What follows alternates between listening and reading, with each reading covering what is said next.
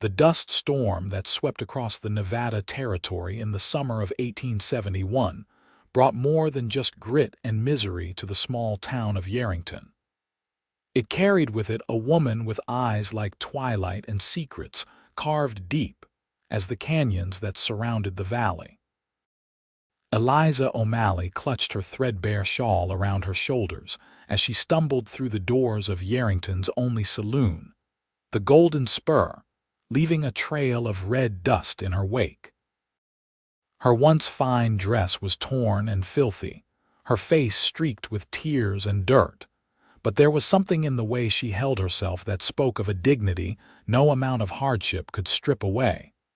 The saloon fell quiet as she entered. A dozen weather-worn faces turned to stare at this unexpected intrusion into their evening ritual of cards and whiskey. The piano player's fingers stilled on the keys, and for a moment, only the wind howling outside could be heard.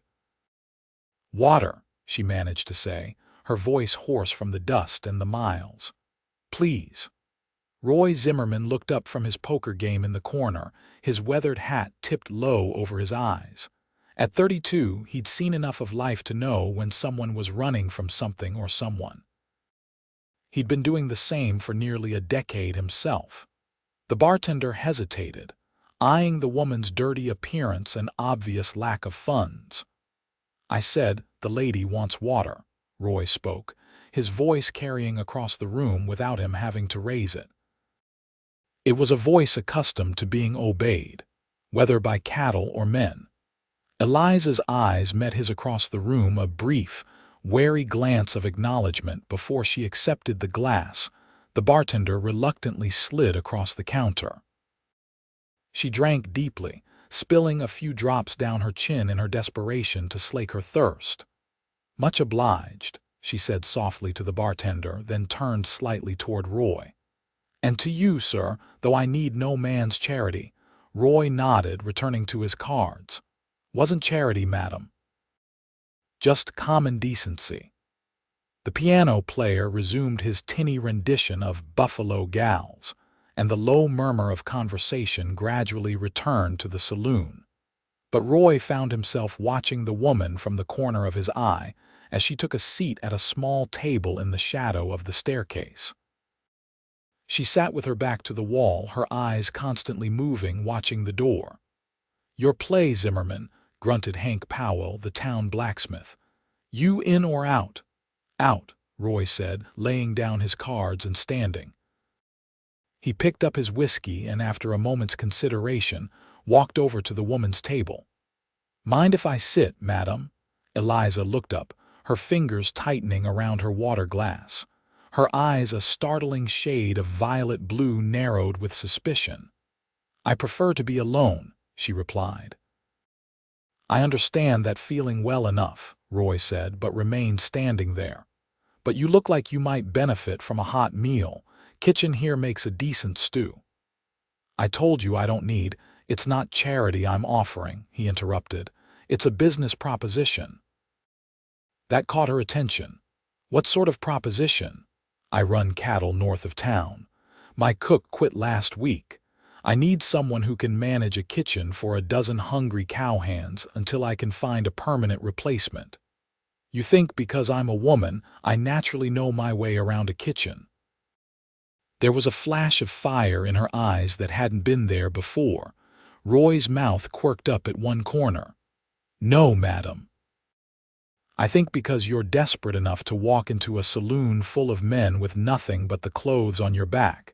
You might be interested in honest work and a place to stay for a spell." Eliza studied him, weighing her options. Roy knew there weren't many for a woman alone in a town like Yerington.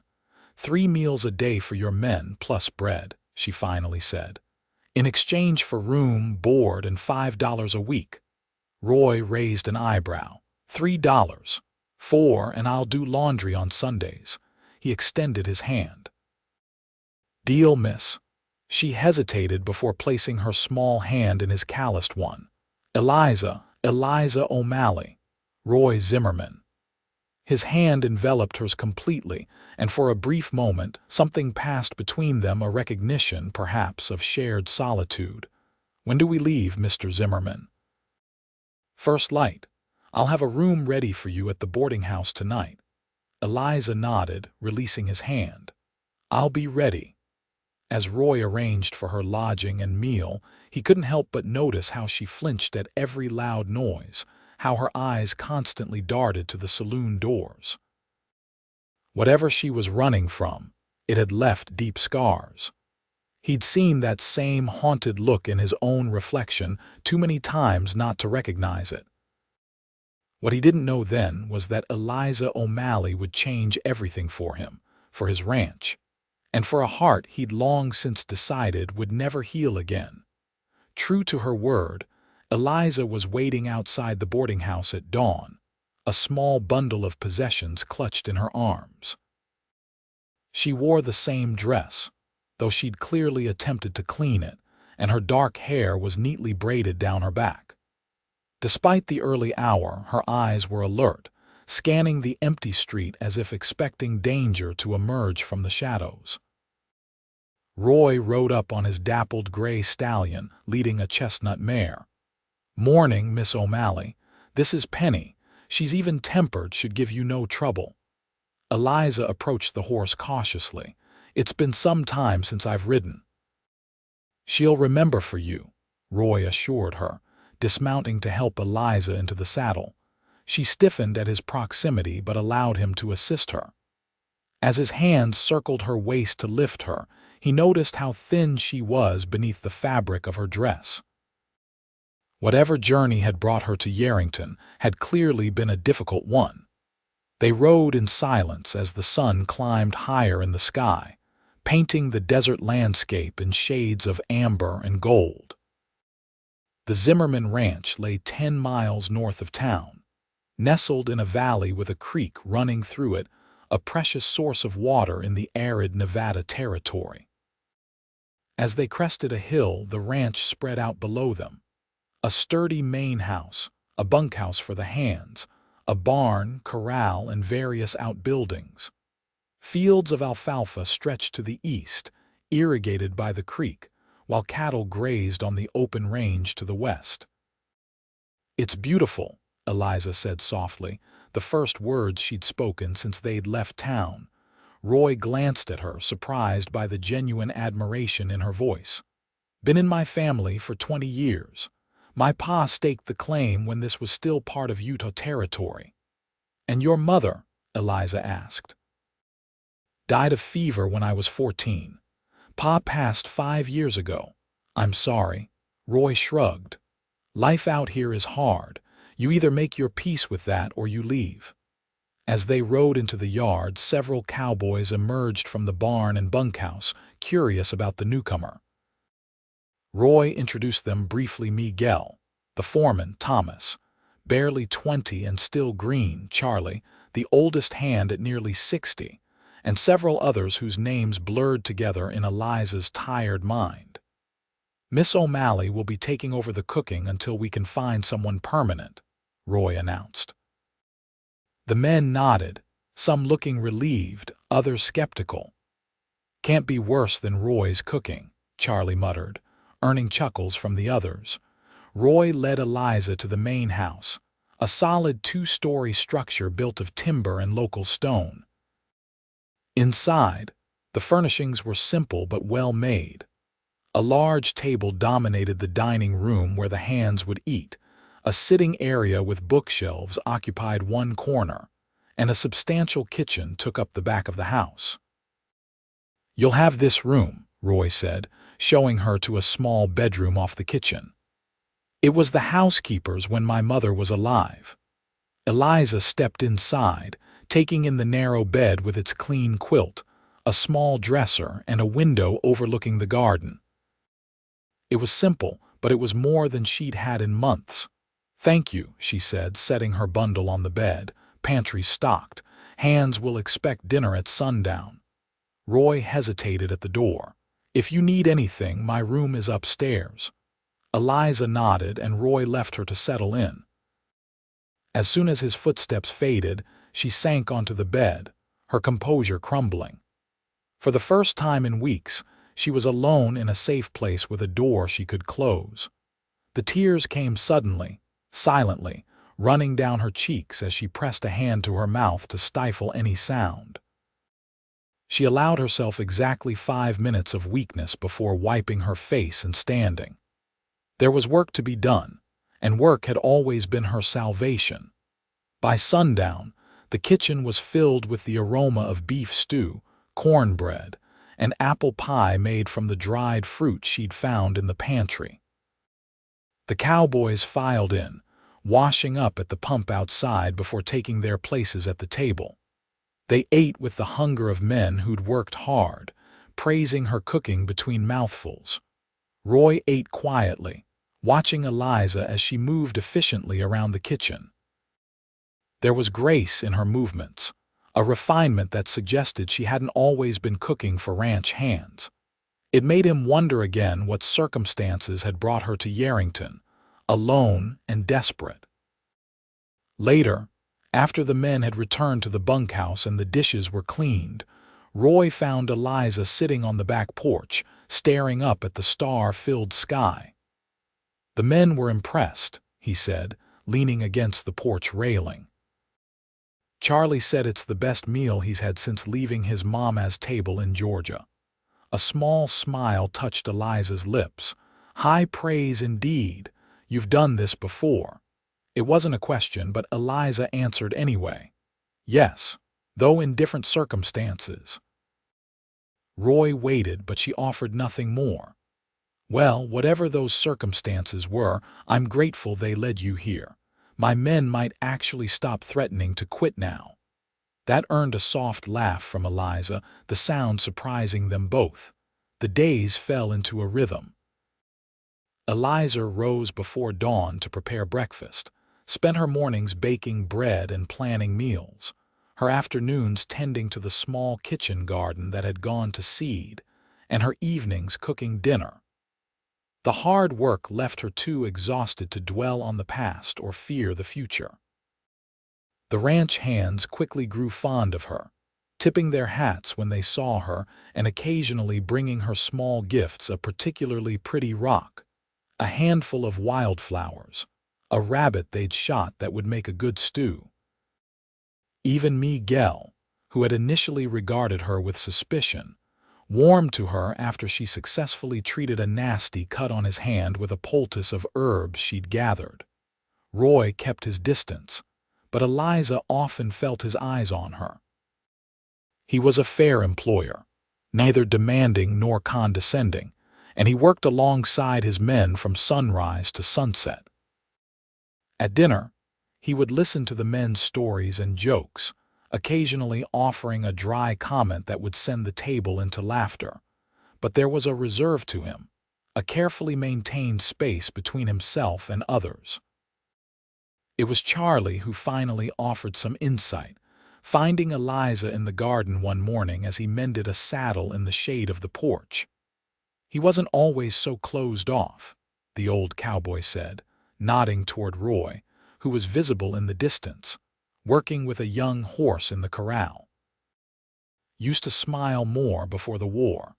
Eliza continued picking beans, not wanting to appear too interested.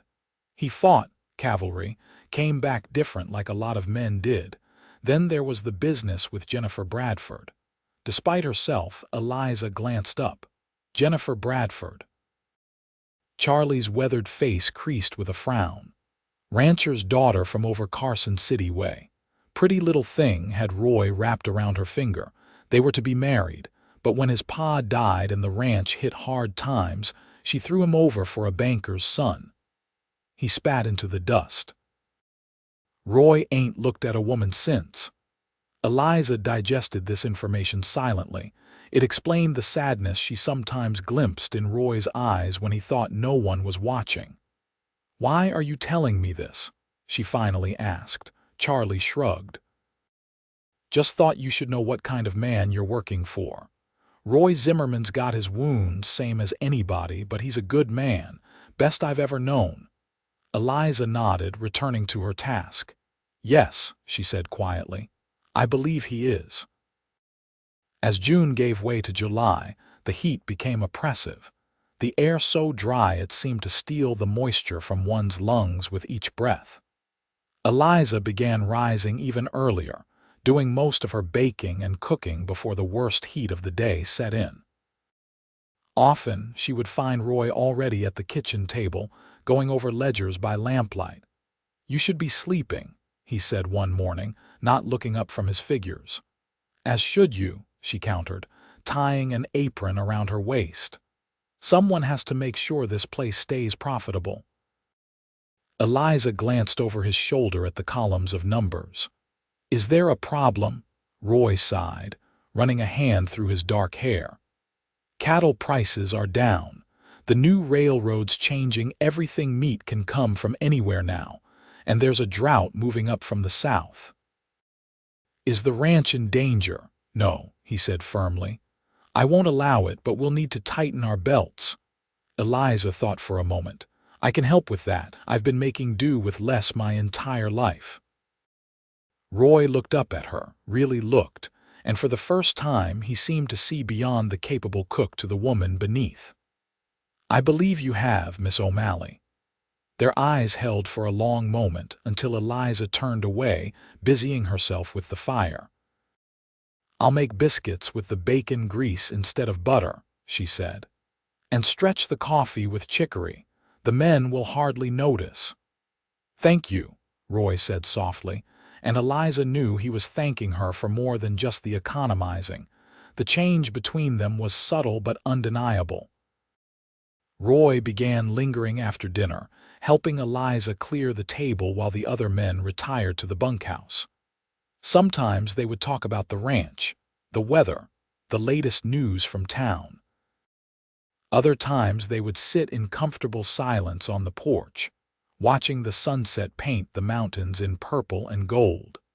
Eliza found herself looking forward to these quiet moments, even as she warned herself not to become too attached.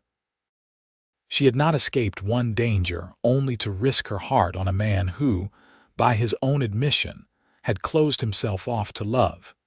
Yet there was something about Roy Zimmerman that called to her.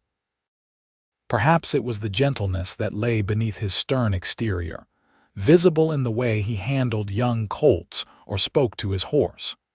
Perhaps it was the respect he showed her, never questioning her competence or treating her as less because she was a woman. Or perhaps it was simply that in his presence, for the first time in years, she felt safe. The first real test of that safety came on a sweltering August afternoon, when a cloud of dust on the horizon announced riders approaching. Roy was out with the herd, and most of the hands were scattered across the ranch on various tasks. Eliza was alone in the house, kneading dough for the evening bread. She went to the window, shading her eyes against the sun's glare, and felt her heart stop when she recognized the lead rider. Even at this distance, there was no mistaking the tall, broad-shouldered figure of Silas Thornton. Her hands began to tremble as panic rose in her throat. How had he found her? She'd been so careful, changing her name, traveling by night, avoiding the main roads. Yet somehow he had tracked her here, to this remote ranch in Nevada territory. Eliza forced herself to think. She couldn't run, there was nowhere to go in the open ranch land, and Silas would surely catch her. She couldn't hide, he would tear the place apart looking for her. Her only hope was to face him, and pray that Roy and the hands returned before Silas could force her to leave. Wiping the flour from her hands, she squared her shoulders and stepped onto the front porch just as the riders entered the yard. "Well, well," Silas called, his voice carrying across the distance between them. "If it isn't my wayward wife." Eliza gripped the porch railing to steady herself. "I am not your wife, Silas, not anymore," he laughed, the sound chilling her blood as it always had. "The law says different, Eliza." "Or should I say, Mrs. Thornton?" He dismounted, handing his reins to one of the three men who accompanied him. They were rough-looking characters, hired guns by their appearance. Silas himself was immaculately dressed in an expensive suit despite the heat and dust, his blonde hair neatly combed, his handsome face marred only by the cold calculation in his pale blue eyes. "I have the papers to prove our marriage is dissolved," Eliza said, fighting to keep her voice steady. "The judge in Sacramento granted it. After you lied to him about my character," Silas replied, climbing the porch steps. "I've come to take you home, Eliza. Your place is with your husband. I'm not going anywhere with you." Silas's smile didn't reach his eyes. "I don't think you understand your position. You have nothing, no money, no family, no protection. You're a woman alone in a territory where the law is flexible. Who do you think the local sheriff will believe? A respected businessman with influential friends, or a runaway wife with a history of hysteria?" Eliza's mind raced. She knew Silas was right. She had no legal standing, no one to vouch for her character. The divorce papers she'd obtained had cost her every penny she possessed, and even then, she wasn't certain they would hold up if challenged by someone with Silas's resources. "I won't go back," she said, her voice low but firm. "I would rather die." Silas's expression hardened. "That can be arranged if necessary, my dear, but it would be such a waste." He reached out, running a finger along her cheek. "You're still so beautiful, even dressed like a common servant." Eliza jerked away from his touch. "Don't." "You forget yourself," Silas growled, grabbing her arm with bruising force. "You are my property to do with as I please. Now get your things. We're leaving." The lady said no. Roy's voice cut through the tension like a knife.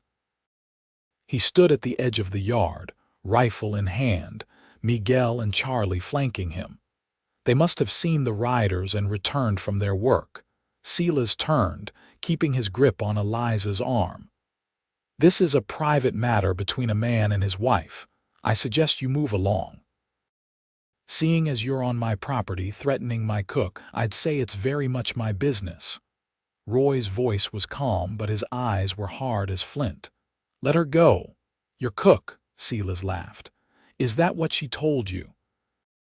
"This woman is Eliza Thornton, my lawfully wedded wife, who abandoned our home in San Francisco and stole money from my safe before fleeing." "That's not true," Eliza cried. "The money was mine, my inheritance from my father that you kept from me." "And I left because you—" She stopped, unable to speak the words in front of Roy and the others. "Because I what?" Silas taunted. "Disciplined you when you disobeyed, kept you from making a fool of yourself in society, tried to cure your nervous disposition." Roy's jaw tightened as he understood what wasn't being said. "Miss O'Malley works for me and she's staying here. Now take your hands off her before I remove them permanently." Silas's men had drawn their guns, creating a tense standoff. 4 against 3 with Eliza caught in the middle. "You're making a mistake," Silas said. "I have friends in the territorial government, judges in my pocket. One word from me and your ranch could face all manner of legal troubles." "I'll take my chances," Roy replied. "Now get off my land." Silas studied Roy for a long moment, then released Eliza's arm. "This isn't over," he said quietly. "I will have what belongs to me." He descended the steps and mounted his horse with fluid grace. "Consider carefully whether this woman is worth the trouble she'll bring you," he called to Roy. "She's damaged goods, Mr. Zimmerman," Roy supplied, his rifle never wavering. "Mr. Zimmerman. Ask her about the baby she lost. Ask her why no decent family in San Francisco would receive her. Ask her about the men." "Enough," Eliza cried, her face pale. "Your lies won't work here, Silas." Silas merely smiled. "We'll see." He tipped his hat mockingly. "Until next time, my dear." The 4 men rode away, dust billowing behind them. Only when they were specks on the horizon did Roy lower his rifle and approach the porch. Eliza stood frozen, her arms wrapped around herself as if she might physically fall apart otherwise. "Are you hurt?" Roy asked, his voice gentle. She shook her head, though the bruises forming on her arm told a different story. "Come inside," he said. "Charlie, Miguel, keep watch. I want to know if they double back." The men nodded and took up positions at the edge of the property, rifles ready. In the kitchen, Roy poured a measure of whiskey into a cup and handed it to Eliza. She took it with trembling hands and drank, coughing as the liquor burned her throat. "I should leave," she said when she could speak. "He'll be back and he'll bring trouble with him." "Is what he said true? Are you his wife?" Roy's face was unreadable. "I was," Eliza admitted, "for 3 years. I obtained a divorce 6 months ago in Sacramento, though I don't know if it will stand against his challenges. Silas has money and influence. And the rest, the baby," Eliza's eyes filled with tears. "I lost a child, his child. He came home drunk one night and found fault with the dinner. He struck me and I fell down the stairs. I was 4 months along." Her voice broke. "The doctor said I would never have another child." Roy's hands clenched into fists. "And the men he mentioned, lies," Eliza said fiercely. "After I lost the baby I became withdrawn. Silas told everyone I was mentally unstable, that I had delusions, that I threw myself at other men. It wasn't true, but people believed him because he is charming and respected. No one saw what happened behind closed doors." She looked up at Roy, her expression desperate. "I am not what he says I am, but I understand if you want me to leave. I never meant to bring trouble to your door." Roy was quiet for a long moment. When he finally spoke, his voice was low and certain. "You're not going anywhere, Eliza, not unless it's what you want."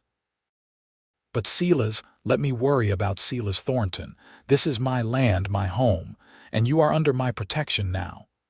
Something in the way he said it made Eliza's heart contract painfully. "Why would you do this? You barely know me." Roy looked at her, really looked, as if seeing through to her soul. "I know enough." That night, Roy moved his bedroll to the sitting room downstairs, positioning himself between the front door and Eliza's room. She protested that it wasn't necessary, that Silas wouldn't return so soon, but Roy was adamant. "I'll sleep better knowing I'm between you and any danger," he said simply. And Eliza didn't have the heart to argue further. She lay awake for hours, listening to the familiar sounds of the ranch settling for the night, punctuated by the occasional creak of floorboards as Roy shifted in his makeshift bed. His presence just beyond her door was both comforting and unsettling. Comforting, because she truly believed he would protect her. Unsettling, because of the feelings his nearness stirred within her. It had been so long since she had trusted a man, since she had allowed herself to feel anything beyond fear and determination to survive.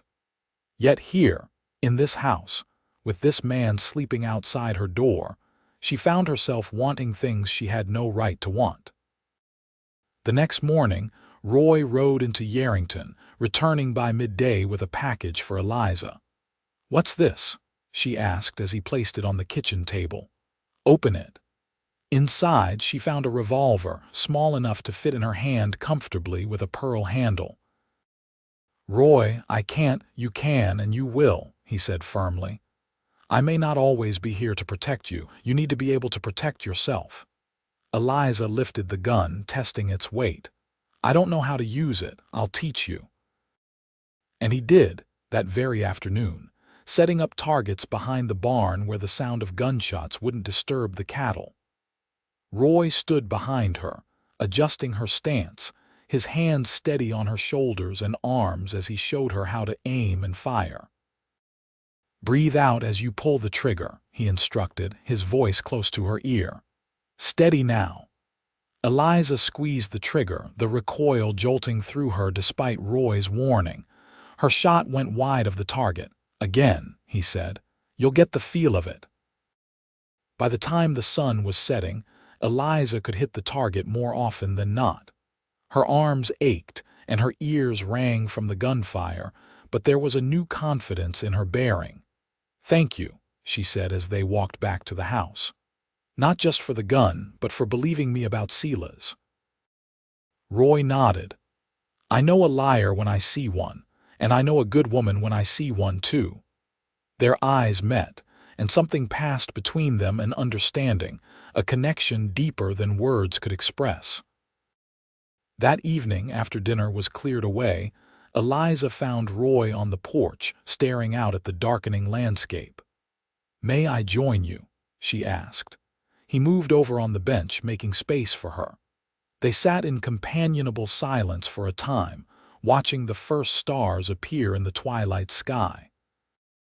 "Charlie told me about Jennifer Bradford," Eliza said finally, the words escaping before she could reconsider them. Roy stiffened beside her. "Charlie talks too much. He cares about you. They all do." Roy sighed. "Jennifer was a long time ago. Do you still love her?" The question was bold, perhaps too bold, but Eliza needed to know.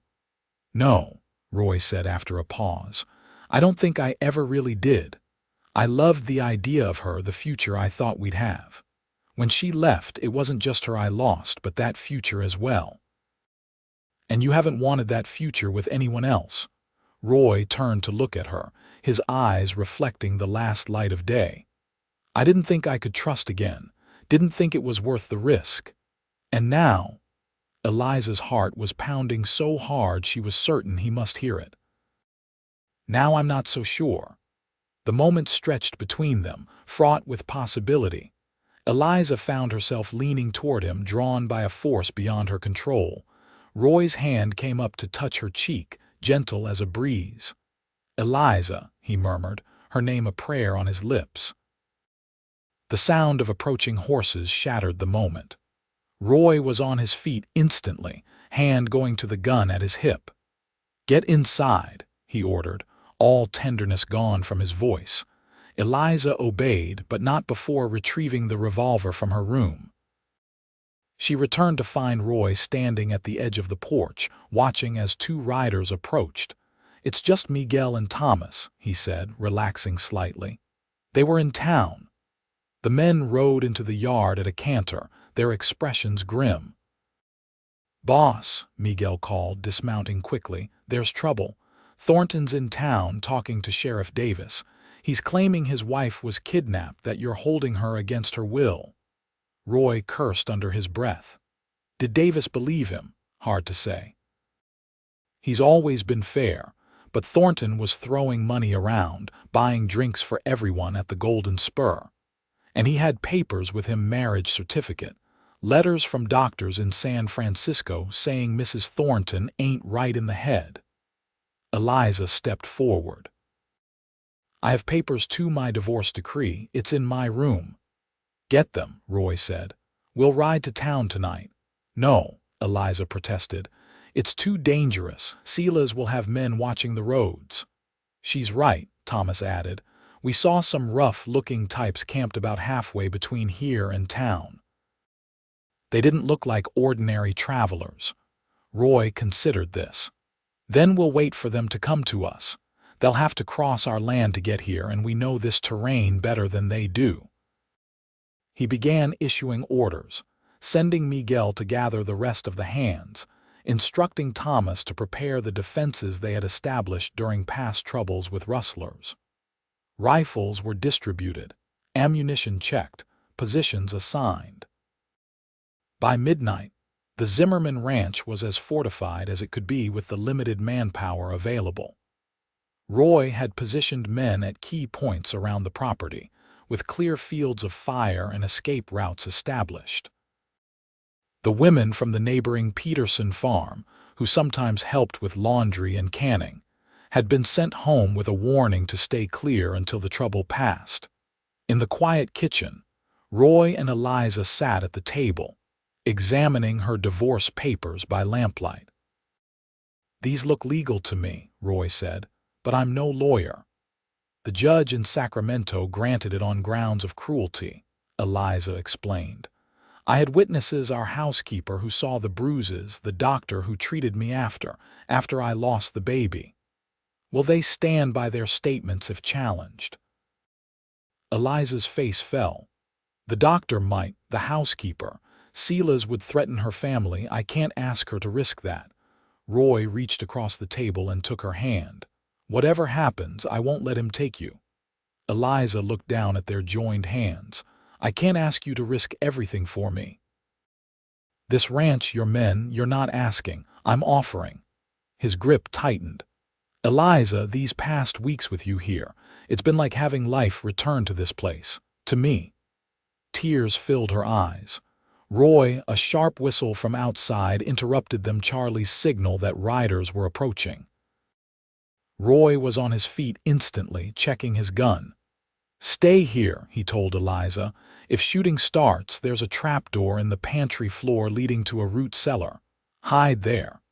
I'm not hiding, Eliza said, picking up her revolver. This is my fight too. Roy looked like he wanted to argue, but there wasn't time. They moved to the window, peering out into the moonlit yard. 6 riders approached slowly, Silas Thornton in the lead. Beside him rode Sheriff Davis from Yerington, looking uncomfortable. Zimmerman, Silas called. I know you're in there. Come out and bring my wife with you. There doesn't need to be bloodshed. Roy exchanged a glance with Eliza, then stepped onto the porch, keeping his hand well away from his gun. Eliza followed, staying slightly behind him. Sheriff, Roy acknowledged with a nod. What brings you out to my ranch at this hour? Davis shifted in his saddle. Mr. Thornton here has filed a complaint, says you're harboring his wife against her will, says she's not in her right mind. I'm perfectly sane, Sheriff, Eliza spoke up, and I am no longer Silas Thornton's wife. I have the divorce papers to prove it. Silas laughed, the sound cold in the night air. Forgeries, Sheriff. My wife has been unwell for some time. She suffers delusions, fabricates stories. The doctors in San Francisco have documented her condition extensively. Doctors you paid to write whatever you told them to, Eliza retorted. Sheriff Davis looked between them, clearly uncomfortable with the situation. Look, Mrs. Thornton or Miss O'Malley, whatever your name is, if you've got papers, I need to see them. Can't just take your word on something like this. I'll get them, Eliza said, turning to go inside. Wait. Silas's voice cut through the night. Before you waste more time, Sheriff, you should know that even if she has some document, it won't be valid. California law requires my consent for a divorce, which I never gave. And Nevada territory recognizes California marriages. Eliza froze. That's not true. The judge said. The judge was misled, Silas interrupted smoothly, as I'll be happy to prove in court. But for now, I'm simply reclaiming my lawful wife. The sheriff looked troubled. Mr. Zimmerman, I don't want any trouble here. If there's a legal dispute, it needs to be settled proper in a courtroom. And in the meantime, Roy asked, his voice dangerously quiet. You expect me to hand Miss O'Malley over to this man? She's Mrs. Thornton, Silas insisted. And yes, that's exactly what the law requires. Roy's hands clenched into fists. The law also requires evidence of identity. How do I know you're who you claim to be? How do I know she's your wife? It was a delay tactic, but a good one. Sheriff Davis nodded thoughtfully. Man's got a point, Mr. Thornton. You got any proof beyond your say-so? Silas reached into his jacket and produced several folded papers. Our marriage certificate. Letters from her physician in San Francisco. A photograph of our wedding day. The sheriff took the papers, examining them by the light of the moon. Eliza's heart sank as she recognized the documents. They were real. The wedding had happened. The doctors had indeed written those damning assessments at Silas's behest. Looks in order, Davis said finally. Miss Madam, I'm afraid you'll need to go with your husband until this can be sorted out proper. No, Eliza whispered, her voice breaking. "Please, Sheriff, he'll kill me." Davis looked uncomfortable. "Now, madam, that's a serious accusation. It's true," Roy interrupted. "Look at her arm, Sheriff. The bruises from where he grabbed her yesterday, and that's just what you can see." The sheriff hesitated, clearly torn. Silas seized the moment of uncertainty. "My wife has always been prone to wild accusations when her condition flares up. She bruises easily, ask any of her doctors. Sometimes she even harms herself and blames others." His voice was reasonable, concerned. "It's why she needs proper care, which I can provide." "Sheriff," Roy said, his voice steady despite the anger evident in his rigid posture, "I'm asking you as a man of the law to look at what's in front of you. This woman is terrified of Thornton. She's been working on my ranch for weeks, causing no trouble, harming no one. If there's a legal dispute about her divorce, let it be settled in court, but don't force her to go with a man she fears." Davis scratched his beard, considering. "The law is clear about a husband's rights. The law also protects the innocent from harm," Roy countered. "If she says he hurt her, doesn't she deserve to be heard?" The standoff stretched on, tension crackling in the night air. Finally, the sheriff came to a decision. "Here's what we'll do. Mrs. Thornton or Miss O'Malley will come with me to town. She'll stay at the Peterson boarding house under my protection until a circuit judge can review her divorce papers. Mr. Thornton, you're welcome to present your case to the judge when he arrives next week." Silas's face darkened with anger. "This is outrageous." "She is my wife, and if that's the legal truth, the judge will confirm it," Davis cut him off. "But I won't force a frightened woman to go with a man she claims abused her, not without a proper hearing." It wasn't ideal, but it was better than being forced to return to Silas immediately. Eliza nodded her acceptance of the compromise. "I'll need to get my things," she said quietly. "Be quick about it," the sheriff replied. Inside, Roy followed Eliza to her room. "This isn't right," he said in a low voice. "He'll find a way to get to you in town. What choice do I have?" Eliza gathered her few belongings and the precious divorce papers. "At least this buys us time." Roy ran a hand through his hair in frustration. "Time for what? For some judge who doesn't know either of you to decide your fate based on whoever has the more convincing documents." "Roy," Eliza said softly, placing a hand on his arm, "I've been fighting this battle for years. I know how it ends. Silas always wins." "Not this time," Roy's voice was fierce with conviction. "I won't let him take you, Eliza." The intensity in his eyes made her breath catch. "Why?" she whispered. "Why would you risk so much for me?" Roy's answer was to pull her into his arms, his lips finding hers in a kiss that spoke of longing, of protection, of a future neither had dared to imagine. Eliza melted into him, returning his kiss with all the feelings she'd kept locked away. When they finally broke apart, Roy pressed his forehead to hers. "That's why," he said simply. "Roy," a sharp knock on the doorframe interrupted her. "Time to go, madam," Sheriff Davis called. Roy released her reluctantly. "I'll be in town tomorrow," he promised. "We'll find a way through this." Eliza nodded, gathering her courage along with her small bundle of possessions. As she walked out to where the sheriff waited, she couldn't help but look back at Roy standing in the doorway, his face etched with concern and something deeper, something that gave her hope for the first time in years. The ride to Yerington was tense and silent. Sheriff Davis led the way, with Eliza riding beside him. Silas and his men followed at a short distance, their presence a constant threat. At the Peterson boarding house, Mrs. Peterson was roused from sleep, bleary-eyed and confused by the late-night arrival. The sheriff quickly explained the situation, and the kind-hearted widow immediately took Eliza under her wing. "No man's going to bother you here, dear," she assured Eliza, showing her to a small room on the second floor. "Sheriff," I'll keep an eye on her until this is sorted. Davis nodded. I'll have one of my deputies outside just to be safe. Mr. Thornton, I suggest you find accommodations at the hotel. Silas's smile didn't reach his eyes. Of course, Sheriff. I understand completely. As the men left, Mrs. Peterson helped Eliza settle in, providing a nightgown and fresh water for washing. That man gives me a chill, the older woman confided. Husband or not, something's not right there. Thank you for understanding, Eliza said gratefully. I was married to a good man for 30 years, Mrs.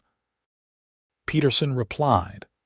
I know what a loving husband looks like, and that ain't it. Now get some rest, child. You look dead on your feet. Despite her exhaustion, Eliza slept fitfully, plagued by nightmares of Silas finding her, of being forced back into the gilded cage of their San Francisco home. But mixed with these terrors were softer dreams of Roy, his arms around her, his kiss, the promise in his eyes. She woke to sunlight streaming through the window and the smell of coffee brewing downstairs. For a moment, she was disoriented, expecting to see the familiar walls of her room at the Zimmerman ranch.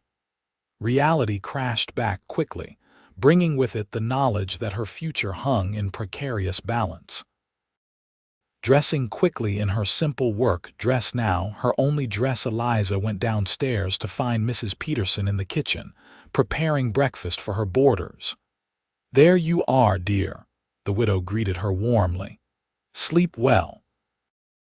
Well enough, thank you, Eliza lied politely, accepting the cup of coffee Mrs. Peterson offered. Your husband's been by already this morning, Mrs. Peterson said, her disapproval evident in her tone. Sheriff sent him away, told him to come back at a decent hour. Eliza's hand trembled slightly, spilling a few drops of coffee. He's not my husband, not anymore. Mrs. Peterson patted her shoulder sympathetically. Well, that'll be for the judge to sort out, I suppose, but you should know, half the town's talking about nothing else this morning. Seems Mr. Thornton spent the night buying drinks and telling tales about you. Eliza's heart sank. She knew Silas's tactics all too well, charming the locals, poisoning the well against her so that, when the time came, no one would believe her word over his. What sort of tales? She asked, though she already knew. Mrs. Peterson's kind face creased with concern.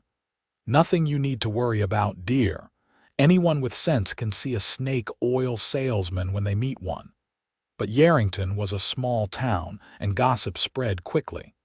Throughout the morning, as Eliza helped Mrs. Peterson with chores around the boarding house, she was aware of curious glances from passers-by, of conversations that stopped when she appeared. By midday, when Roy rode into town, the atmosphere had grown decidedly unfriendly. He tied his horse outside the boarding house and was immediately approached by two men Eliza recognized as regular patrons of the Golden Spur. You got no business here, Zimmerman, one of them said, blocking his path. Town's got enough trouble without ranch hands interfering in a man's right to his wife. Get out of my way, Cooper, Roy replied evenly. This doesn't concern you. Concerns all of us when a respectable businessman gets his wife stolen by a cowboy, the second man chimed in. Thornton says she's touched in the head, says you took advantage. Roy's hand drifted toward his gun, but he stopped himself. Starting a fight would only make things worse. Thornton is a liar, he said simply. And you're a fool for believing him. Now move aside. The men hesitated, perhaps remembering Roy's reputation as a steady shot and a fair but uncompromising rancher. They stepped aside, muttering threats under their breath. Eliza watched the exchange from the boarding house window, her heart in her throat. When Roy entered, she flew to him, stopping just short of throwing herself into his arms. Mrs. Peterson was in the next room, and Eliza was acutely aware that appearances mattered now more than ever. Are you all right? Roy asked, his eyes searching her face. "Yes," Eliza replied. "But Silas has been busy. He's turning the town against me just as he did in San Francisco." Roy's jaw tightened. "Let him try. The people who matter know the truth." "The judge might not," Eliza said, voicing her deepest fear. "Roy, what if he rules in Silas's favor? What if he forces me to go back?" "That won't happen," Roy insisted, though Eliza could see the worry in his eyes. "And if it does, we'll find another way." "What way?" Eliza asked desperately. "Silas won't stop. He'll follow me wherever I go." "It's not even about me anymore, it's about his pride, his need to control." Roy took her hands in his grip warm and steady. "Then we'll go where he can't follow, the Montana Territory or Wyoming, somewhere we can start fresh, build something new. We." The word hung between them, full of promise and uncertainty. "Yes, we," Roy said firmly, "if you'll have me." Eliza's heart swelled with a joy she had almost forgotten was possible. The door burst open and Sheriff Davis entered, his expression grave. "Mr. Zimmerman, Miss O'Malley." "There's been a development." Eliza's momentary happiness evaporated. "What is it?" Judge Wilson arrived on this morning's stage earlier than expected. "He's agreed to hear this case today at 2 o'clock. Roy frowned. "That's awfully convenient for Thornton." The sheriff had the grace to look uncomfortable. "Judge Wilson and Mr. Thornton apparently have mutual acquaintances in Sacramento, but that doesn't mean the hearing won't be fair," he added hastily, seeing the alarm on Eliza's face. "I'll need to change," Eliza said numbly. "I can't appear before a judge looking like this." Mrs. Peterson, who had been hovering in the doorway, stepped forward. "I have a dress that might fit you, dear. My daughter left it when she moved to Reno." As the women went upstairs, Roy confronted the sheriff. "This stinks of corruption, Davis, and you know it," the older man sighed. "Maybe so, but my hands are tied. Judge Wilson has jurisdiction here, and he's determined to resolve this matter quickly." "Too quickly," Roy muttered. "Thornton's bought him off. That's a serious accusation, Zimmerman. And one I can't prove, yet." Roy paced the small parlor, mind working furiously. "Where's Thornton staying?" "The Golden Spur has rooms upstairs," Davis replied. "But whatever you're thinking, don't. You'll only make things worse for Miss O'Malley." Roy knew the sheriff was right, but the thought of Eliza being forced back into Thornton's control was unbearable. There had to be a way to stop it. Upstairs, Mrs. Peterson helped Eliza into a navy blue dress with modest white trim. It was slightly too large, but with a few quick stitches and pins, the widow made it presentable. "There," Mrs. Peterson said, stepping back to assess her work. "You look proper now. A judge will take notice." Eliza studied her reflection in the small mirror. The dress was plain but dignified, far removed from the elegant gown she had worn as Silas Thornton's wife. Yet she felt more herself in this borrowed garment than she ever had in those expensive trappings. "Mrs. Peterson," she said hesitantly, "may I ask you something?" "Of course, dear." "How did you know? That your husband was a good man, I mean. How did you know you could trust him?" The older woman's face softened with memories. "It wasn't any one thing. It was how he acted when no one was watching, how he treated those who could do nothing for him. The way he looked at me, not as a possession but as a partner." She patted Eliza's hand. "Like the way Mr. Zimmerman looks at you." Eliza blushed. "Is it that obvious?" "To these old eyes, yes," Mrs. Peterson smiled. "And it's just as obvious that you feel the same way." "I do," Eliza admitted, "but with everything happening. Love doesn't wait for convenient times, child. It comes when it comes." The widow adjusted a pin in Eliza's hair. "And when it's real, it's worth fighting for." At precisely 2 o'clock, Eliza entered the town's small courthouse, Roy at her side. The building, which normally served as both courthouse and meeting hall, was packed with curious townsfolk. Silas sat at the front, impeccably dressed in a black suit, his lawyer a sharp-faced man Eliza had never seen before beside him. Judge Wilson, a portly man with mutton chop whiskers and an air of self-importance, called the room to order. The proceedings began with Silas's lawyer presenting their case. Eliza was Silas Thornton's lawful wife, mentally unstable, who had fled their home taking valuable property with her.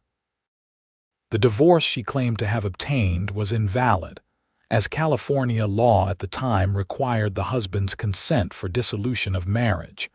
When it was Eliza's turn to speak, she rose on shaky legs. She had no lawyer, no one to speak for her but herself. "Your Honor," she began, her voice gaining strength as she spoke, "I was married to Silas Thornton for 3 years. During that time, he isolated me from my family and friends. He controlled every aspect of my life, what I wore, who I spoke to, when I could leave the house. When I became pregnant with his child, I thought things would improve." She paused, gathering courage to continue. They did not. His rages grew worse. "One night, after a particularly violent episode, I fell down the stairs. I lost the baby. When I confronted Silas about his role in our child's death, he had me committed to a sanitarium, telling doctors I was delusional, that I had thrown myself down the stairs in a fit of hysteria." Murmurs ran through the courtroom. Judge Wilson banged his gavel for silence. "These are serious allegations, Mrs. Thornton," he said. "Do you have any evidence to support them?" Eliza produced her divorce papers and a letter from the doctor who had treated her after her miscarriage. "Dr. Hamilton in Sacramento was willing to testify to the nature of my injuries," she said. "He concluded they were consistent with a fall caused by external force, not a deliberate action on my part." The judge examined the papers, his expression unreadable. Silas's lawyer rose. "Your Honor, these documents, even if authentic, were obtained through fraud. Mrs. Thornton misrepresented her mental state to the California court, and the doctor's letter proves nothing about how her injuries occurred, only that she had them." "That's not true," Roy interjected from his seat, unable to contain himself. "Mr. Zimmerman, you will maintain decorum in my courtroom or be removed," Judge Wilson warned. "You have no standing in this case." Silas took the opportunity to speak, his voice smooth as silk. "Your Honor, I understand my wife's confusion. Her condition has always made it difficult for her to distinguish between reality and her imaginings. All I want is to take her home, where she can receive the care she needs." "Care?" Eliza couldn't stop herself. "Is that what you call it when you lock me in my room for days? When you beat me for speaking to another man at a dinner party? When you convinced everyone I knew that I was insane so no one would believe me when I told the truth about you?" Judge Wilson frowned. "Mrs.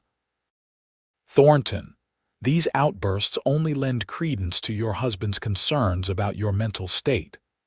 Eliza felt the room closing in around her. It was happening again, Silas controlling the narrative, painting her as unstable, unreliable, and people believing him because he was a man of means and influence, while she was just a woman with a story no one wanted to hear. "Your Honor," Roy stood, ignoring the judge's previous warning, "I'd like to request permission to speak." The judge sighed. "Mr. Zimmerman, as I've explained, you have no standing in this. I'm offering testimony as to Miss O'Malley's character and conduct during her employment at my ranch," Roy pressed. "Surely that's relevant to the court's assessment of her mental state."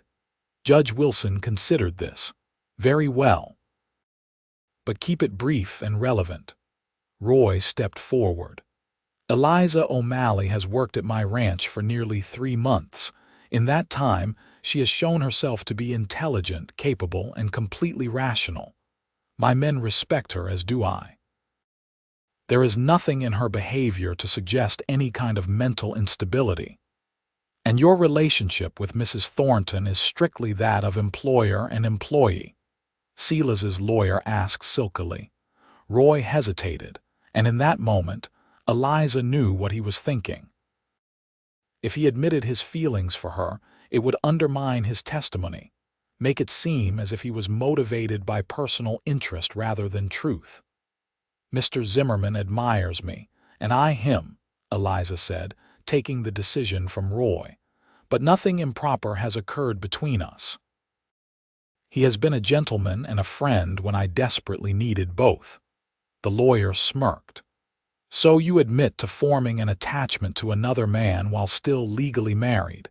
This hardly speaks well of your character, Mrs. Thornton. My character is not on trial here, Eliza responded, her patience wearing thin. The validity of my divorce is, and whether you approve of my friendship with Mr. Zimmerman or not, it has no bearing on whether I should be forced to return to a man who abused me. Judge Wilson cleared his throat. I've heard enough. I'll review the documents and render my decision tomorrow morning. Silas rose smoothly. Your Honor, if I might make a suggestion, given the circumstances, it would be inappropriate for my wife to continue staying at a boarding house where she receives male visitors. Perhaps she could be remanded to my custody until your decision is rendered. Absolutely not, Roy objected vehemently. The judge considered. I agree with Mr. Zimmerman. Until I reach a decision, Mrs. Thornton or Miss O'Malley, as she prefers, will remain at the Peterson boarding house under the sheriff's supervision. Mr. Thornton, you are ordered to maintain your distance until tomorrow. It was a small victory, but Eliza took what comfort she could from it. As the court adjourned, she felt Roy's hand at the small of her back, steadying her as they walked outside into the bright afternoon sunlight. It didn't go well, she said quietly once they were alone on Mrs. Peterson's porch. It could have been worse, Roy replied, though his expression was grim. The judge at least seems willing to consider your divorce papers. But you heard Silas's lawyer. They'll claim I obtained them fraudulently. Eliza, Roy took her hands in his, whatever happens tomorrow, I meant what I said earlier. We'll find a way. She looked up at him, this man who had become her anchor in the storm of her life. I can't ask you to risk everything for me. You're not asking, I'm offering. His voice was low, intense. Eliza, I've spent years shutting myself away from feelings, from possibilities. Then you came into my life and suddenly everything changed. You changed everything. Tears filled her eyes. Roy, no, let me finish. I love you, Eliza O'Malley. I love your strength, your kindness, the way you face each day with courage despite everything you've been through. And I will not stand by and watch you be forced back into a life that would destroy you. I love you too, she whispered, the words both terrifying and liberating. But what can we do? If the judge rules against me tomorrow, then we leave, Roy said simply. Tonight, before the decision is rendered. Eliza stared at him in shock. Leave? But your ranch, your men, Miguel can run things until I return, or even if I don't, he's more than capable. Roy's grip on her hands tightened. The ranch is just land and buildings, Eliza. It means nothing compared to you. The magnitude of what he was offering overwhelmed her. Roy Zimmerman, who had built his life around his ranch, who had closed himself off after being betrayed once before, was willing to leave it all behind for her. I can't let you do that, she said, her voice breaking. You can't stop me, he replied with a small smile. I've already made arrangements. 2 horses are waiting at the livery stable. We can be across the border into California by dawn, then head north to Oregon. Thornton's influence won't reach that far. You do that. Leave everything you've built, for you. Yes. There was no hesitation in his voice, no doubt in his eyes. Eliza took a deep breath. Then I have another idea, one that doesn't require either of us to run. As darkness fell over Yerington, Silas Thornton sat in his room above the Golden Spur, satisfied with the day's proceedings. Judge Wilson was firmly in his pocket, thanks to their mutual friend Senator Hammond, who had made it clear that ruling in Silas's favor would be remembered come appointment time for the Territorial Supreme Court. By this time tomorrow, Eliza would be back under his control, and he would make her pay for every day of humiliation she had caused him. As for the rancher who had interfered, Zimmerman would learn the cost of getting between a man and his property. A soft knock at the door interrupted his thoughts. Rising from his chair, Silas opened it to find one of his hired men, a brutish fellow named Jed. "What is it?" Silas asked impatiently. "Message from Zimmerman," Jed reported. "Says he wants to talk, make a deal. He's waiting at the old church at the edge of town." Silas raised an eyebrow. "A deal? What sort of deal?" "Didn't say. Just that it's about the woman." Intrigued, Silas considered. It would be satisfying to hear Zimmerman beg, perhaps offer money to buy Eliza's freedom. The rancher must be desperate indeed to reach out like this. "Tell my driver to prepare the carriage," Silas decided, "and fetch my pistol from my valise." Jed nodded and left. Silas checked his appearance in the small mirror over the wash basin, straightening his tie. Yes, this evening was shaping up nicely. The abandoned church stood on a low hill at the outskirts of Yerington, its steeple silhouetted against the star-filled sky. As Silas's carriage approached, he could see a single lantern burning inside, its light flickering through the broken windows. "Wait here," he instructed his driver, then turned to Jed and the other hired man who had accompanied him. "You two, come with me. Stay alert." The church door creaked as Silas pushed it open. The interior was largely gutted, with only a few pews remaining near the front. Roy Zimmerman stood by the altar, the lantern casting his face in sharp relief. "Thornton," Roy acknowledged without warmth. "You came." "You said you wanted to make a deal," Silas replied, stepping further into the church.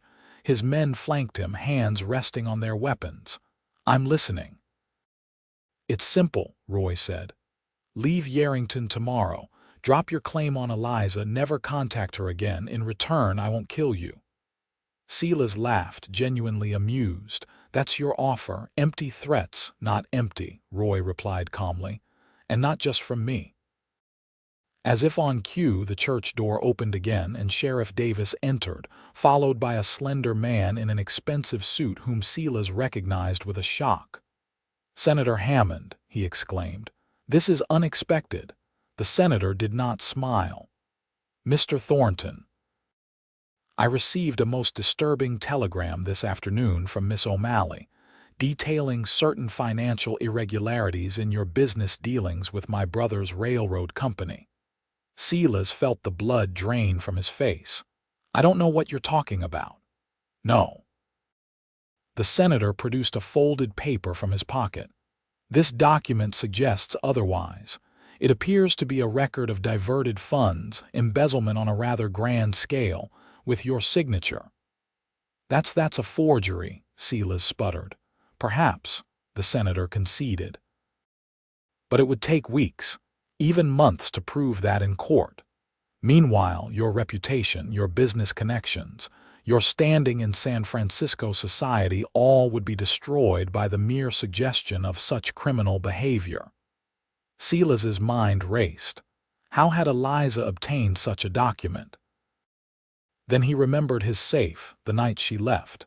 She hadn't just taken her inheritance money, but papers as well. Papers he hadn't missed because he'd been too concerned with tracking her down. "What do you want?" he asked finally, his voice tight with suppressed rage. "As Mr. Zimmerman said, leave Yerington. Drop all claims to Miss O'Malley. Sign a statement acknowledging the validity of her divorce, and never approach her again." The senator's voice was cold. "In return, this document and others like it remain private. And if I refuse—" Then I personally will see that you face prosecution for financial crimes in California, Nevada territory, and possibly federal courts as well. Senator Hammond's smile was without warmth. I understand prison conditions in this part of the country are quite harsh. Silas looked from the senator to the sheriff, who stood impassive, to Roy Zimmerman, whose expression held nothing but contempt. "This is blackmail," Silas said finally. "I prefer to think of it as justice," Roy replied. "Delayed, perhaps, but justice nonetheless." For the first time in his adult life, Silas Thornton found himself without options, without control. The sensation was foreign and deeply unsettling. "Fine," he spat. "I'll sign whatever you want, but tell Eliza this isn't over. Someday, when she least expects it, you'll do nothing," Roy interrupted, stepping forward until he was inches from Silas's face. "Because if you ever come near her again, if I ever hear you've so much as spoken her name, there won't be enough left of you to bury. And that's not a threat, Thornton. That's a promise." The two men locked eyes, and for the first time, Silas saw the steel beneath the rancher's quiet exterior. This was a man who had fought in war, who had built a life in the harsh wilderness, who would kill to protect what he loved. Slowly, Silas nodded. "You have my word," he said, knowing even as he spoke that his word meant nothing. But it would buy him time to retreat, to regroup. Revenge could wait. "Sheriff," the senator said, "I believe you have some papers for Mr. Thornton to sign." As dawn broke over Yerington the next morning, Judge Wilson made his ruling in an almost empty courtroom. Eliza O'Malley's divorce was valid and binding. Her former husband had no claim on her person or property, and the case was dismissed. By noon, Silas Thornton and his men had left town, riding east toward Salt Lake City. By evening, the gossip had already begun to fade, replaced by news of a rich silver strike in the mountains to the west. And on the porch of the Zimmerman ranch, Roy and Eliza sat side by side, watching the sun set over the land that was now truly their home. "Senator Hammond sent a telegram," Roy said, breaking the comfortable silence. "Thornton's assets in San Francisco are being investigated. It seems your documents weren't the only evidence of his financial misdeeds." Eliza nodded. "I always knew his business dealings were suspect. I just never had the courage to use what I knew against him." "You have more courage than anyone I've ever met," Roy said, taking her hand. "Coming here alone, building a new life, standing up to Thornton in court." "I wasn't alone," Eliza corrected softly. "Not really, not since I met you." Roy lifted her hand to his lips, pressing a kiss to her palm. "And you never will be again."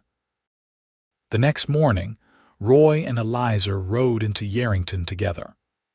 Their first stop was the general store, where Roy selected a simple gold band while Eliza waited outside, too nervous to watch. Their second stop was the home of Reverend Miller, who agreed to perform the ceremony in his small garden with Mrs. Peterson and Sheriff Davis as witnesses. As Eliza stood beneath an arbor of climbing roses, wearing the blue dress Mrs. Peterson had given her and holding a bouquet of wildflowers the Reverend's wife had gathered, she felt a moment of paralyzing doubt. "I don't deserve this," she whispered, more to herself than to Roy, who stood before her, handsome in his best shirt and polished boots. "After everything. No one will ever love me again. Not truly." Roy took her hands in his eyes never leaving hers. "I already do," he said simply, the words a vow more binding than any the Reverend would pronounce, "and I always will." And as they spoke their promises before God and witnesses, as the gold band slipped onto her finger, as Roy's lips met hers to seal their union, Eliza knew with absolute certainty that she had finally found her way home. 20 years later, the Zimmerman Ranch had grown to be one of the most prosperous in Nevada. The main house had been expanded to accommodate a family that now included 3 children. Robert, the eldest at 19, already showing his father's head for business and love of the land. Mary, 16 and fiercely independent, with her mother's violet blue eyes and determination.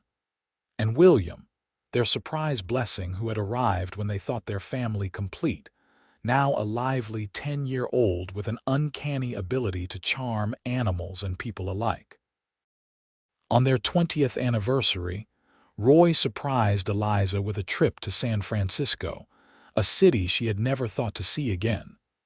But the memories that had once haunted her held no power now, not with Roy beside her, not with the life they had built together.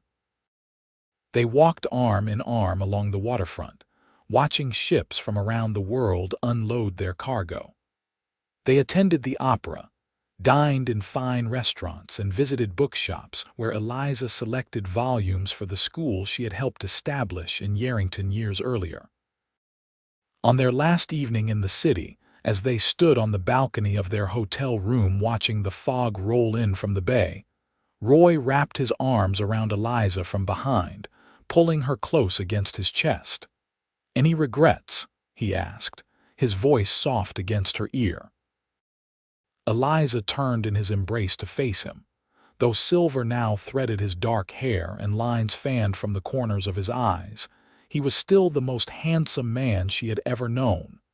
"Not one," she replied, lifting her face to his. "Every day with you has been a gift I never thought to have." Roy's kiss was as tender as it had been on their wedding day, filled with the same love but deepened by years of shared joys and sorrows, triumphs and challenges. "Thank you," he murmured against her lips. "For what?" "For stumbling into my saloon that day. For taking a chance on a lonely rancher. For making me believe in love again." Eliza smiled, her heart as full as it had been empty all those years ago. "Thank you for believing in me when I couldn't believe in myself."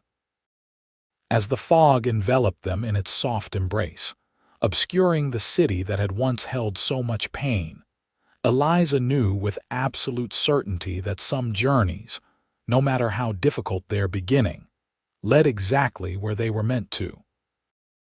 And she was exactly where she was meant to be, in the arms of the man who had promised to love her always, and had kept that promise through 20 years of a life richer and more beautiful than she had ever dared to dream.